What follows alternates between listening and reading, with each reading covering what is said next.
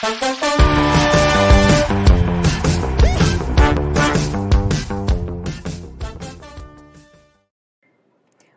to Live with Crabtree Coaching Collaborative, your compass for educational excellence.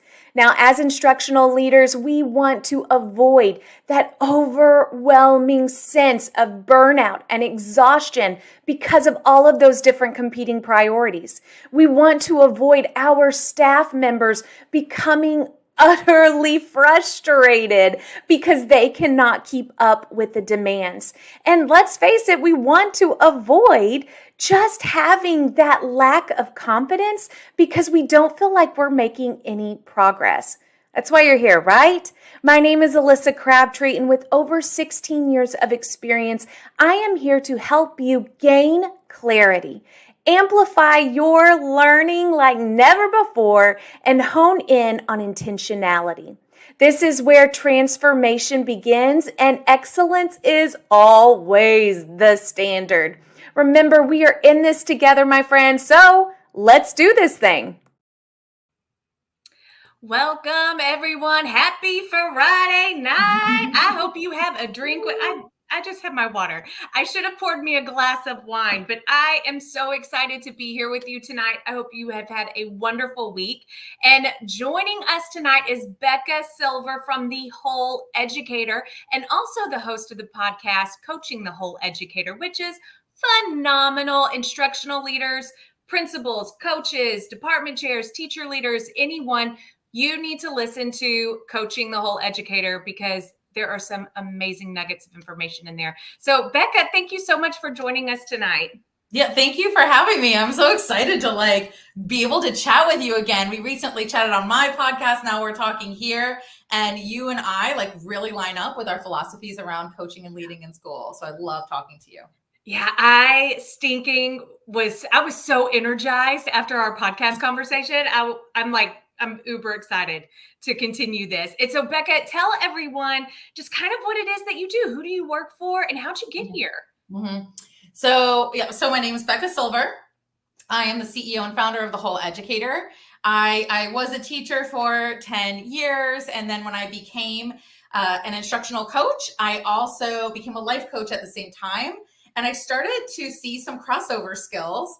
And shortly after that, I started consulting and developed a curriculum that really helps coaches and leaders impact teachers' mindsets and motivations. And including that, when we are coaching, right? We're not just going in to add in some additional knowledge, but we are addressing an entire human-centered coaching and leading. Yeah. Oh my gosh, Becca, I kind of feel like that should be the new requirement. If you're going to become an instructional leader, you have to become a life coach first. Because that's why you're so great at what you do. That makes sense now because it really is human work.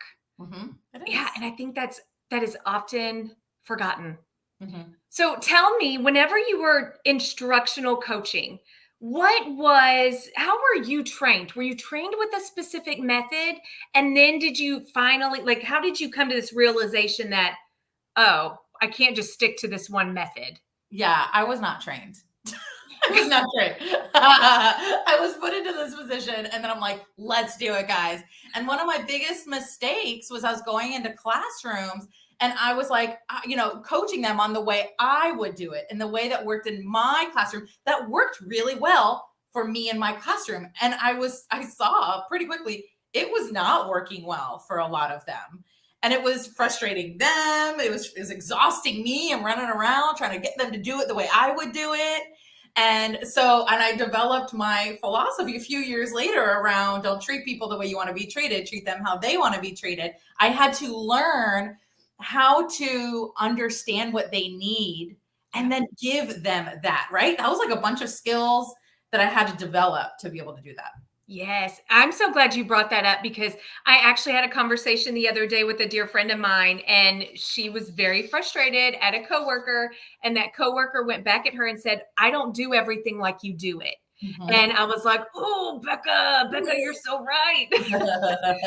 So let's kind of go back to that as far as, you were trying to tell teachers how to do it your way, and they weren't investing. And we see that a lot with instructional coaches. They are facing a ton of resistance, especially now in the education climate that we're in. What are some strategies that you use to help teachers invest in creating change or moving towards change? So to help teachers invest in changing themselves? Yes. Oh, yes. So the first thing I always do is figure out what's important to them. Always. Right. So I'm brought in, I mostly work with coaches and leaders. And once in a while, I end up working with a group of teachers, a lot of times paired up with the coach. So it's like part of the coach's training. And the first thing that I do is I figure out what's important to them. What are their complaints? What are their frustrations? Right. Those are valid. So whatever I'm brought in to do, it's always like a specific thing. It's not just like, just come in and coach, right? No one's ever just come in and coach. It's like, no, there's a specific thing, right? And before I ever come in with my thing, I'm like, hey, what's going on, right? What are your frustrations? What's important to you? And I listen. So I sit back and listen. And I'm very careful not to reply with like, with the yeah, me too comment. Sometimes I see coaches, they'll like respond to a thing a teacher says with a story about themselves. And it's so tempting to do that too, right? Like, because you have those yeah, me too moments.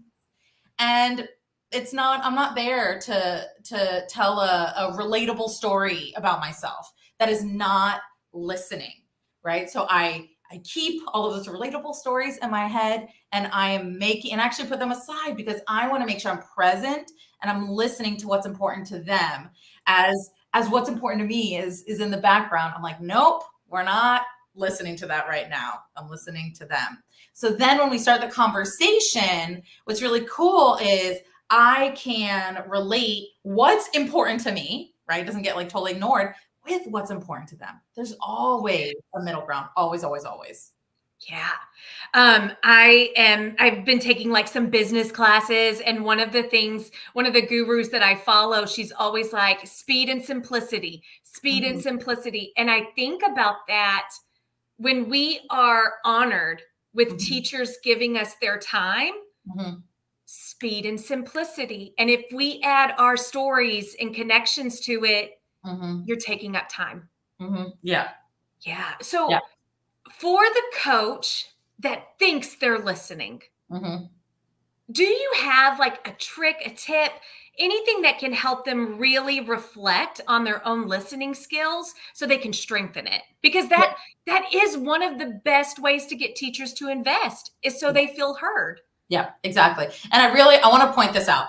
Feeling heard, having people feel heard, because we've heard that a lot, especially during the pandemic, people needing to feel seen and heard. This is not fluffy. This is a neurological thing that happens. When people feel seen and heard, their brains, I'm going to do this with my hands, right? There's two important parts of our brain, our prefrontal cortex, our amygdala. When we do not trust someone or we are stressed out, we essentially flip our lid. And what I mean by that is our prefrontal cortex is where our logic, our critical thinking, our ability to problem solve is centered. And then our amygdala is our survival mechanism. It's in charge of our feelings. Okay. So when we're stressed out, we essentially flip our lid. Our amygdala takes over. We're in survival mode. We're thinking only in black and white, us versus them, and they are probably against me. Right. So when we have people that have flipped their lid and they don't trust us for whatever reason, to have them feel seen and heard helps them put their lid down and that part of their brain in action again, so that they can do all of that logical problem solving, critical thinking that's involved in teaching. So I want to say this is not a fluffy thing. This isn't like it's not kumbaya. It's not warm and fuzzy. This is a neurological thing we need to be addressing. So when we are listening, which is, in my opinion, the most important skill of a coach, maybe controversial opinion, I'm not sure, but I do believe it is, and I will say it. I will yell it from the rooftops. Okay. There's a couple things. There's lots of different ways for you to check in and help yourself make sure that you're listening that I'm going to share with you. And there's a lot more. One is reflective listening. And so what reflective listening is essentially we are reflecting back what someone is saying. And we are doing that because how we typically listen is we listen like we have mirrors up facing us like this. So I'm like this, sorry, I'm making sure I can see you. I'm like, I listen not to your words, but I'm actually listening to my own thoughts about your words. So I'm listening not to you, I'm listening to me. So we take that mirror and we flip it around and mirror back what they are saying. That is one way to make sure I'm listening, right? If I can say back what you're saying, that helps me make sure, oh yeah, I'm hearing their words, not my thoughts about their words. Yeah. And the way you can reflectively listen is saying what I heard you say was, there's lots of different ways to reflectively listen, to have a statement that is just one. Please Google reflective listening. There's a million different ways to say it. But at the end of the day, you need to be present with their words and not putting your own thoughts with their words. Yeah. Okay. So that's one thing. And that takes presence. I mean, sometimes it's tough for me. We have thoughts in our brain all the time, going, right? So that's one. Another coaching strategy that I love is utilizing noticings and wonderings. And I learned it from a fabulous colleague. And I think this is just kind of a general thing that some coaches do, but I use it all the time and I teach my coaches to do it. So essentially when you're coaching and you sit down with a teacher, you just share what you notice. It's objective observations. Okay. So when you're even having a conversation, you could say, I noticed you said, right? It's kind of like reflective listening, right? And then I wonder, and that when you're wondering about something, it requires that you were listening, right? You can't wonder about something if you're just in your head thinking about what you're going to say next. Yeah. So I love those two things: reflective listening and noticings and wonderings. Girl, that is so good. And so I do want to take it back because there were some things that I noticed you said that I feel deserve to be expanded on. First and foremost, the idea of fluff. And I'm so grateful that you mentioned this is not fluff because scientifically, so I'm going to pull it back. When people feel seen and heard, their prefrontal cortex is in activation mode. And so I have a question. Is that where the phrase "don't flip your lid" came from? Yep. Flipping your lid. Yep. That's where flipping your lid. That makes so much sense. Don't flip your lid because that is when you are in survival mode. Like I got to protect myself. Yeah. And so, like you mentioned, people need to feel seen and heard. Already, teachers are stressed to the nines. And so they're probably like this on 24/7. But if you're listening to them and seeing them, so beautiful. And then the other thing that you mentioned was the noticings. And I noticed you did this. How wonderful would you feel if your administrator or coach came in and started laying that out, whether good, positive, or negative? But I noticed this. And by you just saying the word noticed, do you think that has something that also impacts them feeling seen? Oh, yeah, for sure. You actually did that to me a minute ago. You said, earlier, I noticed you said, you did that to me. And my brain flooded with some little dopamine and serotonin. It was like, ooh, she noticed something, right? That's what our brains do. It releases those feel-good chemicals in our brain when someone notices something. And noticings are very objective. Yeah. They're not my opinion about what's happening. They're objective. I noticed you did da da da. And it's like, wow, you really saw the thing that was actually happening, not your opinion about it. And I'm going to take this, kind of jump ahead a little bit. When I was on your podcast, we had discussed how to get teachers to sustain momentum. Mhm. And so thinking of that right now, and when a teacher hears a coach or an administrator say, I noticed Mhm. you greeted every student at the door. I Mhm. noticed how you set the timer so you kept your mini lesson 10 minutes, I don't know, whatever. But Mhm. notice those small little moves that they're Mhm. starting to implement. Mhm. How does that encourage someone to sustain the change? Yeah, right. Especially if we've coached someone to make a change, like using a timer, right? And then we go back, I notice you use a timer in all these three places. They're Yeah. neurologically again, right? So here I am. I've been coached to do something. I'm doing it. Someone comes, right? Instead of like, and I always tell my coaches, never go into a classroom, observe, and leave without ever giving feedback. That will diminish trust, period. Always leave some kind of feedback, because it actively diminishes trust. It's not a neutral It behavior. can even be on a sticky note. Yeah. So there is, think about just like us as humans, right? Like, I don't know if we've been working to lose weight and someone notices that there's something that happens if I'm working to do something. I've purposefully done it, and the person that coached me to do it, right, is there, and they're noticing like that neurologically, that actually creates connection and bonds after that, and really solidifies again neurologically, I want to do this again. Yeah. How to sustain this change. Becca, this is so good. And tell me this, if you find that a teacher is, oh, my husband's, something's happening. Sorry. If you find that a teacher is being resistant, Mm-hmm. how do you go about helping the coach break through with them, especially if that teacher's like, not going to do it? Yeah. So the first thing I want to say is I'm very particular about my language, and I like to say being resistant to change.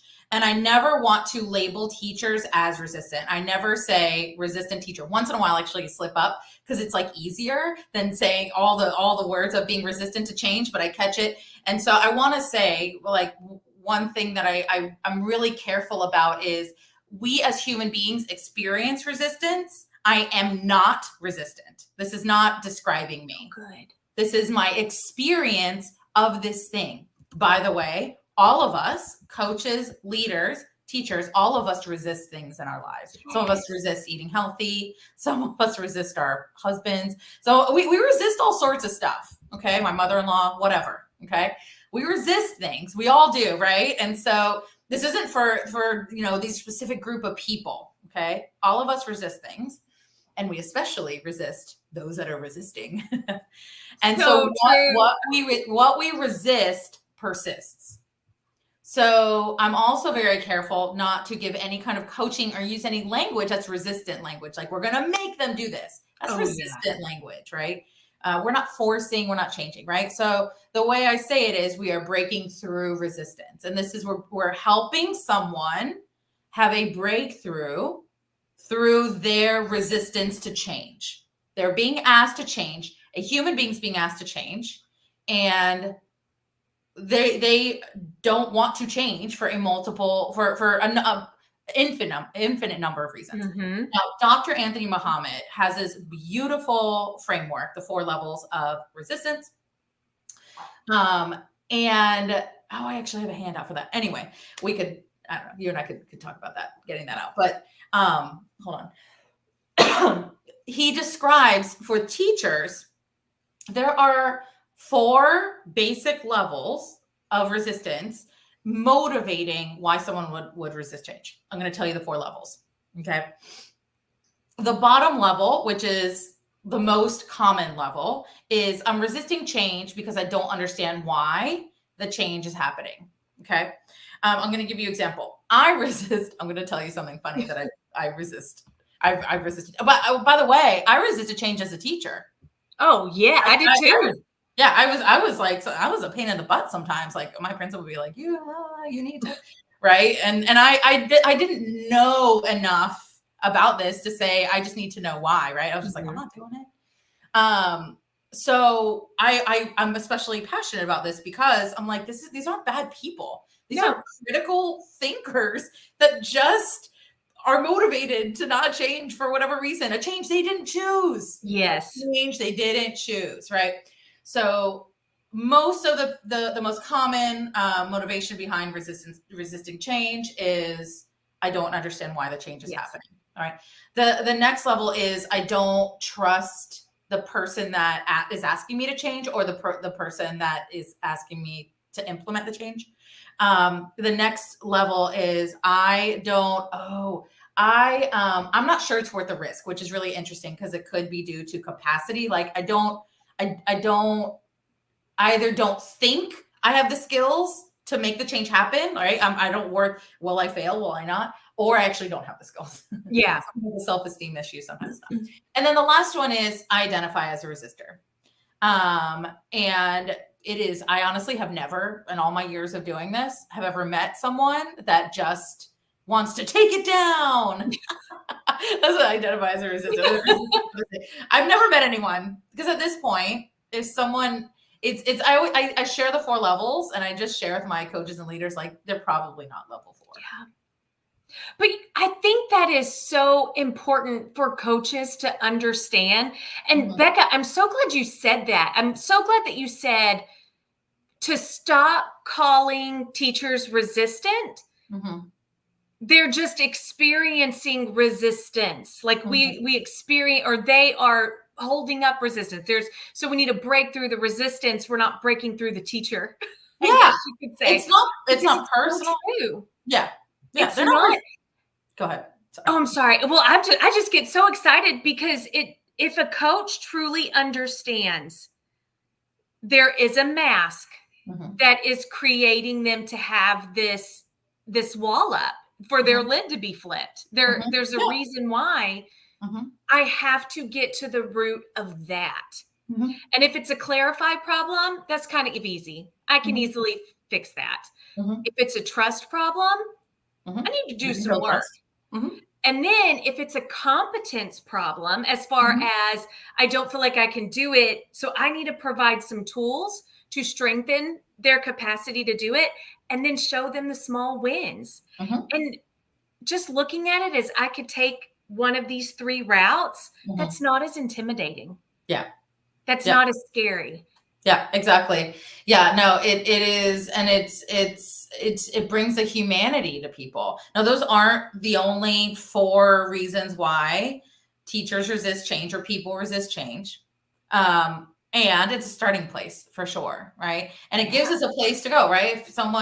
If you're like, oh, I don't think they understand why the change is happening, I have an action to take. I can go and communicate why. And here's the thing, right? It actually doesn't matter if you communicate why. It matters if they understand why. Yeah. Those are very distinct. It does not matter if I've communicated why. It matters if they understand why. Those are different. Yes. That's one thing I talk to coaches about all the time. And it's a little different because it goes back into the importance of modeling for your teachers. Because I'll say, you can say, hey, you need to be doing a turn and talk. But you walk into their classroom and their interpretation of something like a turn and talk could be completely different. Just because you say it doesn't mean they understand it. Yeah, for sure. Yeah. So I have one last question for you.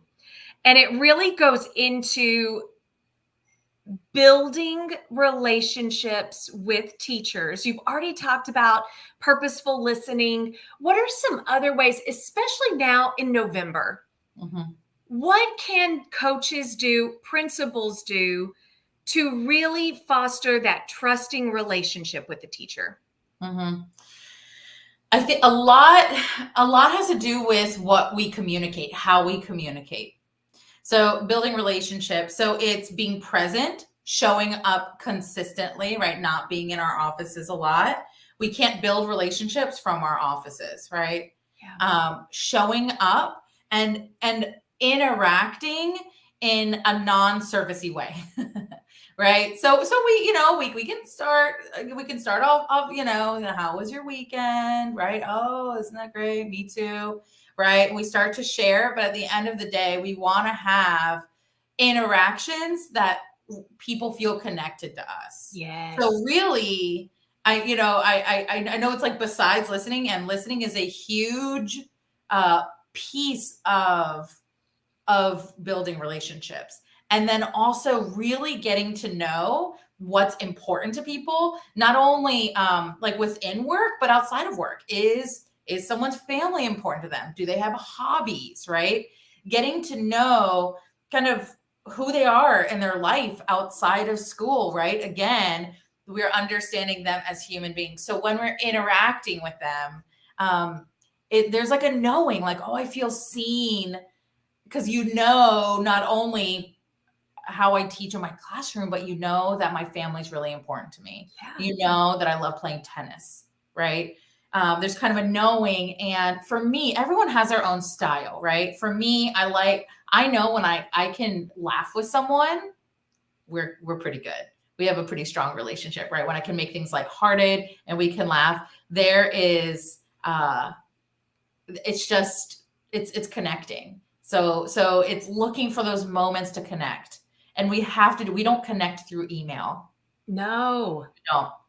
And we don't, and I'm going to be honest, like for a while during the pandemic, it was like jeans days, infinite jeans days, and like popcorn carts and donuts, right? Food in itself does not create connection. But we can utilize food, like having a bowl of candy on our desk, that draws people in informally to chat. We could be strategic with food to build a relationship, but giving teachers food does not build relationships. No. And especially, I'll have to tell you a little story. Food motivators used to piss me off. Mm-hmm. And the reason it did is my family were vegan. Mm-hmm. And so we would have, I remember one year our principal wanted, because the instructional facilitator and I stayed late, like we stayed until like 10:30 helping with testing buckets and stuff. They were like, hey, we're going to provide dinner for the two of you. So they brought in cheese and pepperoni pizza. Yeah. And I was just like, I'm hungry. You don't know me. You've known me for 2 years. And every year I say, I can, and it's just like, you have to find something personal to them to connect. And food is nice. Food is nice, but it isn't a motivator. Yeah. So what would you say? How would you say that this trust helps teachers gain momentum in change? So when things get hard and it's real easy to go back to old habits, how does that trust factor keep them going? How does trust? Oh, well, yeah, no, this is great. I would say trust and consistency. So when we have a coaching conversation and it's agreed, like this change is going to happen, you follow up, the change is happening, right? So the change is initiated. And how do we sustain it? And that, I love that you talk a lot about sustaining change, which is really important, because I think sometimes we just stop at the initiation and feel really good about it. Like, look at them. They changed. Well, did they sustain their change, right? And so I think the continuously showing up, using noticings and wonderings, continuing to have conversations, continuing to reflect with teachers on how it's going, and making sure they are having an internal locus of control, essentially like really taking ownership, like I caused this to happen. It's not because little Joey was absent. You ever been in the classroom and you're like, wow, that went really great, right? And they're like, oh no, it's because Susan was absent today. And you're like, no. That's an external locus of control, right? Yes. Like, no, you made that happen, right? So that reflection, so it's showing up consistently and reflecting. I think reflection gets lumped into fluff again. In people's minds, it gets overlooked a lot, and it is so important for adult learning. So important. Adults need to process and lock in their brains what change they have made. And so reflection helps them do that. Again, neurologically, it helps lock that in. Yeah. And just having that reflective conversation is a form of feedback. I believe when I'm sitting one-on-one and just asking questions, and then they're able to essentially come up with their own feedback. But it is just like you said, locking it in. Ah, Becca, this is beautiful. You are genius, just genius. So, Becca, I do want to ask you, for the coaches and instructional leaders listening to this, where do you go for your information? Like for your growth and your continual learning, where do you go? What are some free resources? Some free resources? No, not free, 3. Oh, 3. Yeah, 3 different places. You can see my bookshelves over here. Yeah, girl, yeah. There's a lot of books. All right, so 3 resources that I would recommend. Let's see. I do love Dr. Anthony Muhammad's Time for Change. If you're interested in resistance work, definitely check that book out. I love, if you're looking for like coaching foundations, The Coaching Habit is phenomenal. And I'm reading The Advice Trap, which is, I think, going to be equally phenomenal. They're written by the same author, Michael Bungay-Stanier, and they're written very similarly. They're very easy to read and they're short. So get both. And the third one, I love The Speed of Trust by Stephen M.R. Covey. Stephen Covey's his dad. Stephen M.R. Covey's the son. And man, that's where a lot of my trust work comes from. That it's very concrete and it breaks it down into concrete action steps. He talks about the 13 high trust behaviors. So, okay. I've never read that book. Yeah. Tell me the title one more time. Yeah. The Speed of Trust. It's Speed of Trust. It's yellow. I'm going to put it here. It's yellow. I like it. That's yellow. I see. I'm very visual. Yeah. So I can tell you the colors of all my books. I love it. So Becca, well, and I will also add to that, listening to the Coaching the Whole Educator people, it is a great podcast to listen to. I did want to go ahead and kind of tell us about this playlist. Yeah. So what I did, what I found out was, people were using my podcast as professional development. So they would listen to different podcasts and send it to people, our entire, like the state of Mississippi. They're like the State Department of Education. They're like, we all listen to your podcast. So they share, they jigsaw it. So I was like, let me make playlists that are categorized by topic, right? So there's I think I have 10 of them. And so I've taken a bunch of the episodes and put them into free downloadable playlists. So if you're looking for teacher retention, you can look at that playlist, or coaching tools, you can look at that list, or engaging teachers in coaching, you can look at that list. So school culture is another one. School leaders have another one as well. So you grab it, and there's 2, you can see there's 2 versions. You can grab a print version, which has live links and the little play button, but really it's meant for you to print and have it. And then you can kind of look them up. Or if you want the digital version, it's on Google Sheets, and it's just, you click the link and it plays it for you. So I wanted people to easily use it as professional development. Yeah. What a great tool. I think podcasts they're underused with professional learning communities. And I'm just like, man, no, let's sit here and listen together, or listen outside and then come back and discuss it. So this is a wonderful tool. I also dropped the link in the chat. So for anyone who wants to grab that, go ahead and grab it. I'm also going to place it in the show notes. So Becca, go ahead and tell everyone, where can they find you?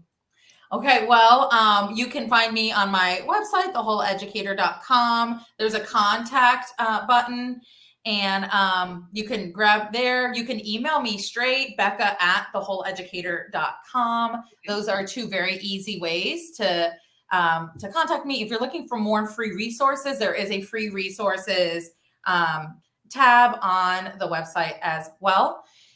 I think those are probably the ways that are easiest to find me. Oh, if you're into social media, you can find me on Instagram at The Whole Educator, Facebook, The Whole Educator Community, Twitter, I'm Becca Silver _edu, and then LinkedIn, I'm Becca Silver. So feel free to message me on any of those as well. I check those social media outlets often.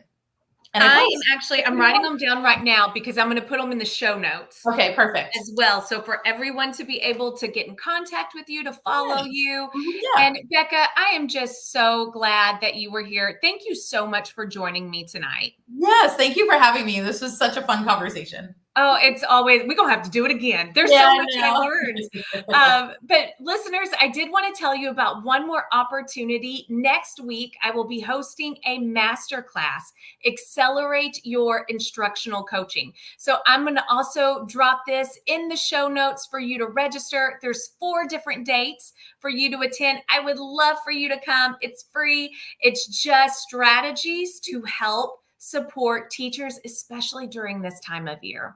So thank you for listening, everyone. And again, Becca, thank you so much for joining us. You are phenomenal. Thanks for having me. Thanks.